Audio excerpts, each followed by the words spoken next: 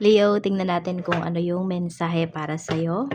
Keep in mind na ito ay general reading lamang, kaya hindi po lahat makaka-relate. Be open-minded. Pakilawakan po ang isipan. At kung di pa po kayo nakasubscribe dito sa ating channel, please subscribe and hit the bell button para lagi po kayong updated every time na meron tayong uploads. Kung nais mo namang mag-avail ng ating private readings, ng ating rituals, nandiyan yung ating cord cure, cord cutting, we have honeymoon spell, we have Jupiter's blessings, and we have sigil. Meron din tayo dyang TRS EA necklace at ang ating TRS bracelet. Mag-direct mensahe ka lamang para masend ko sa'yo yung full details. Pwede nyo rin panoorin yung inyong other signs ha, Moon, Rising, and Venus. Always remember, wag lang kayo lagi sa sun sign ninyo mag-focus. So we have, it's time to step out of the confusion. So, tignan pa natin. Meron tayo dito, we face it together. And we also have love, trust, and happiness. Tignan natin kung saan-saan ba yung aspect ng life mo. I'm open to receive any messages, please. Spirit guide for Leo, Sun, Moon, Rising, and Venus.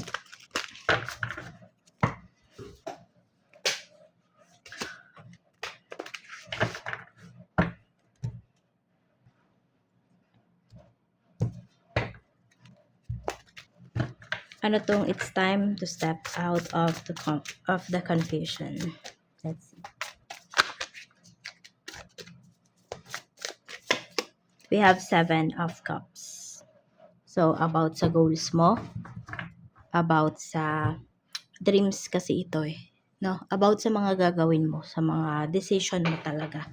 Makakapag-decision ka na kalinawan ng isip ang paparating sa'yo.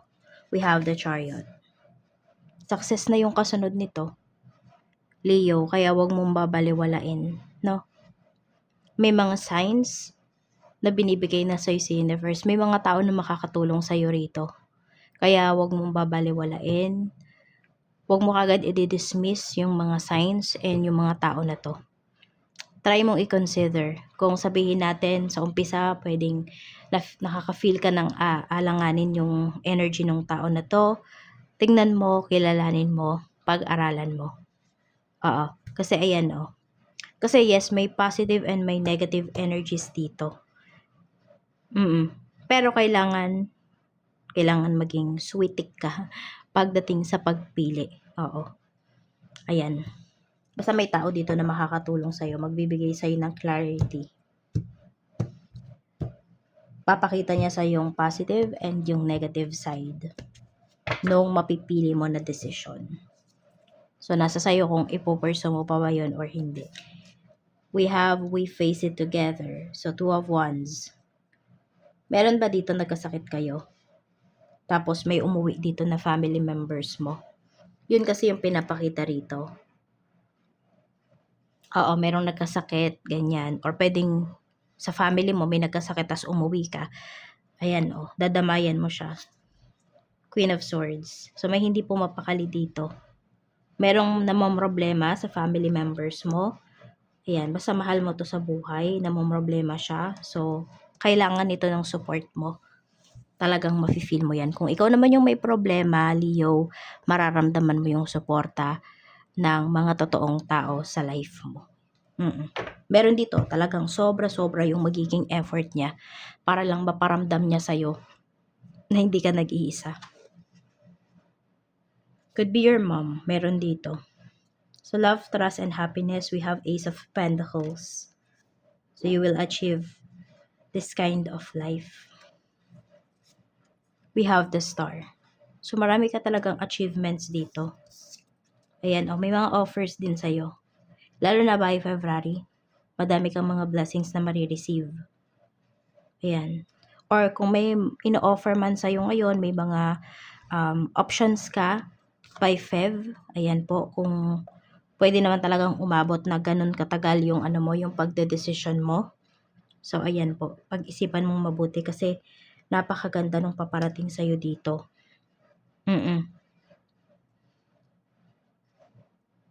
As in, fulfilling siya.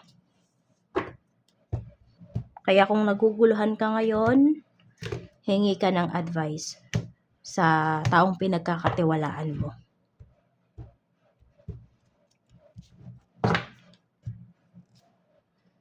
Ito naman yung iyong emotions. We have Page of Wands. So, masaya ka po. Ayan. Marami sa inyo, masaya kayo. You are also very creative. Ano pa? Basta sobrang saya ng nararamdaman mo na gusto mong kumilos. Parang hindi ka mapakali. More on about excitement yan. Hindi dahil sa pangamba. We have Four of Wands. Okay din naman yung mind mo. Ayan. So, balance mo lang talaga to. Kasi, puro pang long term kasi ang paparating sa'yo dito, Leo. Oo. Ngayong ano na to, ito kung ano man to ang pinagdadaanan mo, ano man tong mga desisyon na to, pang long term siya. Kaya pag-isipan mo talagang mabuti. Kaya, ayun, wag mo din pakawalan kaagad. Sabi ko nga, wag mo i-dismiss kaagad kapag may mga opportunities para sa'yo. Kasi, kung tao man yan, okay, na may na-offer sa'yo, pang long term talaga yung offer niya. Talagang makikinabang ka. Ang dami mong mapapakinabangan doon sa i-offer ng tao na yun sa'yo.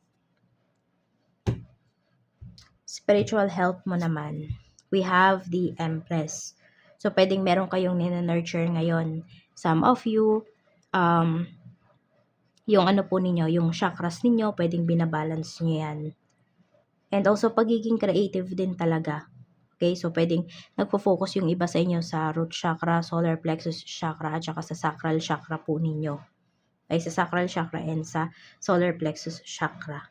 Kaya sobrang creative nyo talaga. Kaya ang daming opportunities na nahahakot po ninyo. Oo. Alam mo talaga kung paano yan i-balance. Or kahit wala kang ginagawa, nababalance mo siya. Kasi dito pa lang sa emotions mo at saka sa pag-iisip mo, yung kaisipan mo, your mind, nababalance mo na kaagad siya. Tignan natin. Tsaka yung pagiging confident mo rin talaga. Okay, yung pag-aayos mo sa iyong sarili, nagiging aligned yung mga bagay-bagay sa'yo. Kasi 'di ba kapag 'di ba kunwari magulo yung sabihin natin yung room, magulo yung bahay, 'di ba ang gulo din ng isipan. So karamihan po sa inyo, ayan, pwedeng sobrang organized nyo po pagdating sa inyong mga kagamitan. Kaya ayun, balance din yung isip at yung emotions ninyo. Kaya yung spirituality ninyo, yung spiritual health ninyo, yung gifts ninyo, na-activate talaga siya. Tingnan natin. Pagdating naman sa blessings, we have Knight of Swords. So, pwedeng may makakabili dito ng sasakyan. Ayan, some of you, motor.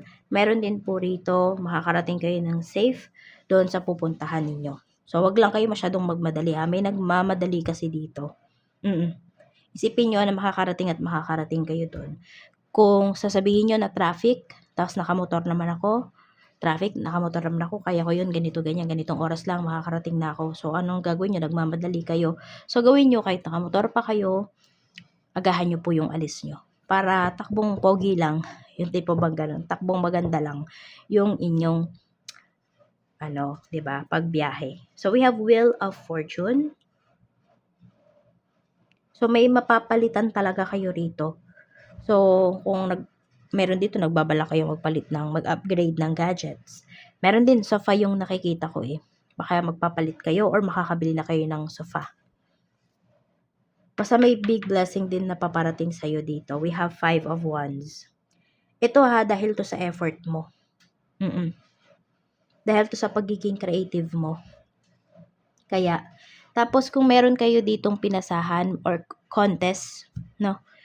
Meron kayong sinalihan dito, mapipili po kayo or sa trabaho to kung meron po kayong in-applyan.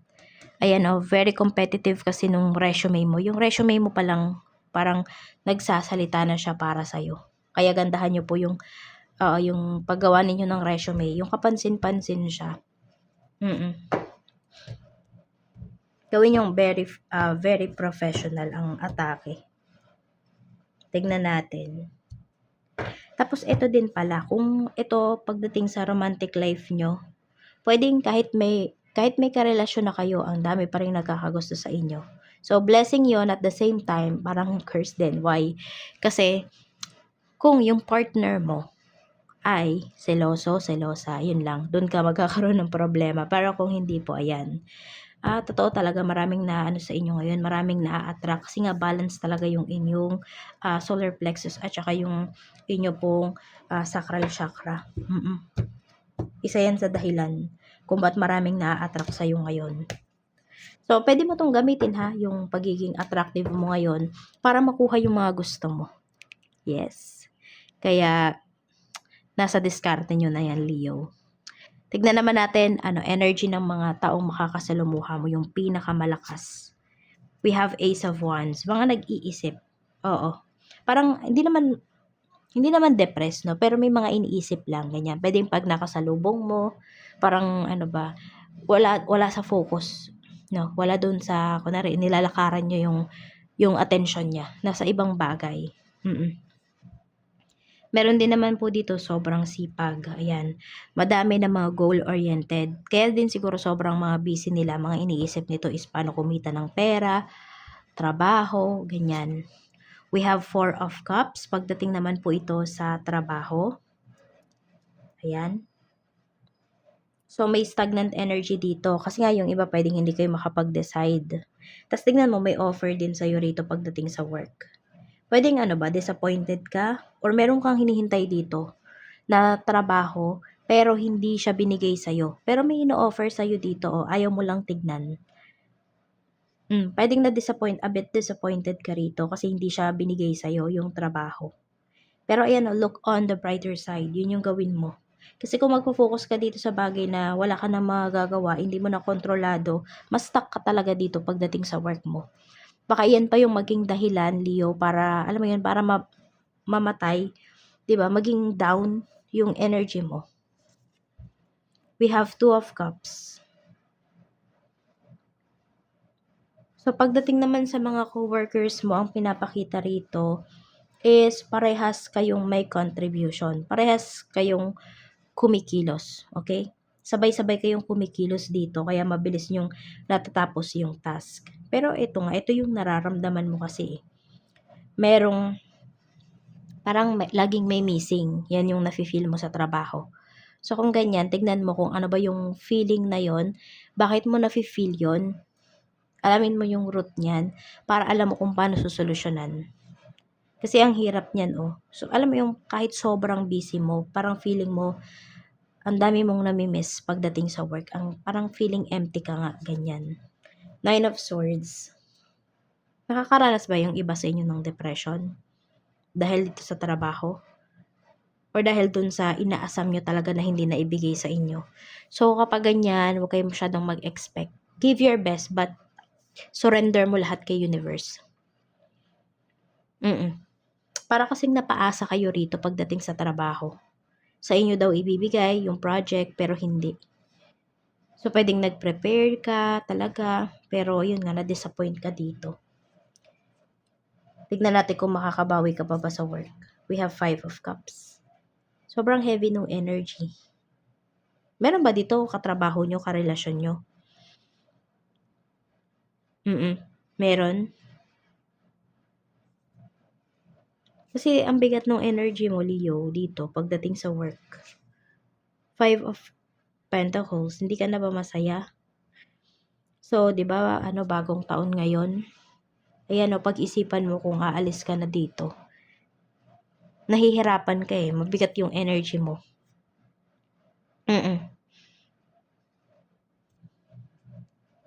Tignan mo, kasi ang hirap kung buong taon tatapusin mo yung 2026 na hindi ka na pala masaya dyan sa trabaho mo, na napipilitan ka na lang. Ang mangyayari niyan, ma-stress ka talaga, baka magkaroon ka pa ng sakit physically. Kaya yung iba sa inyo, hanggat malakas kayo, hanggat may mga opportunities, may other opportunities na ino-offer sa inyo, grab nyo yun. Huwag kayong magstay dito sa trabaho na hindi na kayo masaya, na sobrang stress na lang talaga yung binibigay sa'yo. Or baka naman yung iba sa inyo, need nyo lang talaga na kumalma, need nyo lang magpahinga. So, you're not yet back on track. Yun ang pinapakita. Tignan natin, pagdating naman sa negosyo. Kung may negosyo ka, we have 4 of Swords. We have 8 of Pentacles. So, napaka hands-on nyo naman talaga pagdating sa inyong negosyo. Medyo tahimik pa yung business ninyo ngayon eh. Okay, so kasi kakasimula pa lang ng taon, di ba? So, pwedeng hindi pa kayo ganun ka-busy. Pero kahit ganun, madami kayong kailangang gawin dito. Marami kayong kailangang pagtuunan ng pansin. I mean, kahit hindi kayo busy sa mga clients nyo, marami kayong pagkakabisihan dito sa negosyo nyo. Baka meron kayong mga kailangang ayusin, mga papers, ganyan, or yung mga staff mo. Kung meron man, we have the Tower. Okay. So, parang hindi pa kayo nakakapagpahinga talaga or relax pa kayo. Pero may dadating dito na big purchase. Ayan. Or maramihang order. Magugulat kayo dito. Medyo sasakit lang po yung ulo ninyo. Ayan. Baka kasi parang alam mo yun, wala pa kayo sa wisyo, ganyan. Pero ito, marami sa inyo Leo, tsaka minanifest mo to. Ayan, ibibigay po yan kaagad sa inyo pagdating sa inyong negosyo. Kaya go lang ng go. Oo. Okay. Pwedeng magkaroon ka ng problem lang dito sa sa client mo. Ay, no, not client, but sa staff mo. Oo. Kaya siguro sobrang busy din yung lumalabas dito na energy mo. Yung tipong hindi ka pa nakakapagpahinga or feeling mo makakapagpahinga ka pero ayun, hindi. Pwedeng, ayun nga, doon ka magkakaroon ng problem sa staff. So, pag-isipan mong mabuti kung dapat pa bang magstay sa'yo yung staff mo na yon. Kasi baka mamaya ikaw na lang yung gumagawa ng kanyang trabaho. Yung tipong ganyan. Tingnan natin, ha? King of Swords. Meron ka dito palaban na hindi kliyente, ba't baka kliyente ako ng kliyente? Staff. Or meron ka rin pala demanding dito na client, kaya lumalabas din yan, yung energy na yan. Para kasing meron dito na staff mo na parang mas boss pa sa'yo. Ganyan yung dating. Tas kung client mo naman to, malaki nga yung purchase niya, pero parang inaagad kayo, sobrang demanding. Ayan. So, pag ganyan, hingan mo ng full payment. Oo. Total, sobrang demanding naman niya nung client na to. Tignan mo kung magagawa mo yon.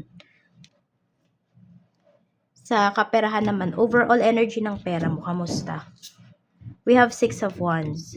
So, maraming mata, maraming nakaabang pagdating dito sa kaperahan mo. We have the Devil.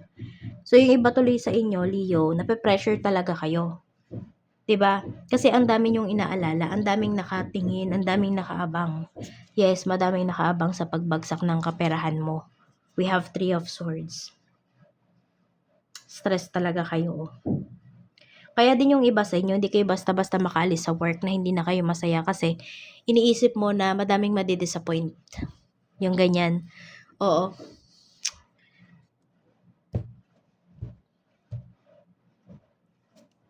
We have 9 of Wands. So, kung hindi nyo talaga kaya, magsalita po kayo dito. Magsabi kayo. Okay? Ingatan mo yung kaperahan na mayroon ka ngayon. Kasi may stress na pinapakita rito. Kapag masyado mong inisip yung ibang tao, may stress ka lang talaga. Kaya alagaan mo yung iyong kaperahan. Matuto kang tumanggi kung kinakailangan. Tingnan natin pagdating naman sa love life. We have Knight of Pentacles. We have 3 of Pentacles. So, more on, pwede nagkakaroon din ng problema pagdating sa pera. We have the Fool. Pero may nagloloko rin dito. May nagloko once, pero kasi ito, inaayos yung relationship ngayon. Ganyan po yung pinapakita. We have Page of Swords. May bumabawi. Ayan o. 7 of Wands. Hindi na daw uulitin. May nangangako ba sa'yo ngayon na hindi ko na ulitin? Magpapakatino na talaga ako. Tingnan natin kung totoo ba yan. We have the World. Oo, totoo. Kung sino man yung tao na to na humihingi sa'yo ng second chance or para maging okay pa ulit kayo, bumalik kayo sa dati. Totoo naman yung sinasabi niya, magbabago na talaga. Natakot na to. Nando kasi yung energy niya before na, ayan, naghahanap pa talaga siya ng iba. Hindi siya kontento. So, kung nagbatigas ka sa tao na to, okay? Or sabihin natin, di ba, kung siya ay nagiging cold na nung nakaraan, pero mas naging cold ka. Nalaman niya na kaya mo pala siyang iwan. Kaya mo palang totohanin yung sinabi mo. natakot yung tao na to. Naramdaman niya. Alam mo yung sobra siyang nanlamig. Ayun yung nafe-feel ko rito. Kaya di niya na yan uulitin. Ayan, oh. We have Queen of Wands. Sa'yo na lang yung attention niyan. Yes, sa'yo na lang yung attention ng person mo. Tignan natin kung ano pa yung mensahe. Mensahe pa po natin, Spirit Guide. Pera talaga yung pinapakita dito. Oo. Pwedeng merong tao dito na makakatulong sa'yo, mas bata po ito sa'yo. Pwedeng kapatid mo, pamangkin mo. Ayan. Or basta someone na mas bata po sa'yo. Yung tao na to parang dadaanin ka lang niya sa pabiro. Pero matutulungan ka niya. Oo, kaya sabihin natin na yung pagbibiro sa'yo ng tao na to, meron kang marirealize. So, ayan lang po yung mensahe. Maraming salamat, Leo. Mag-iingat ka and see you again on my next video.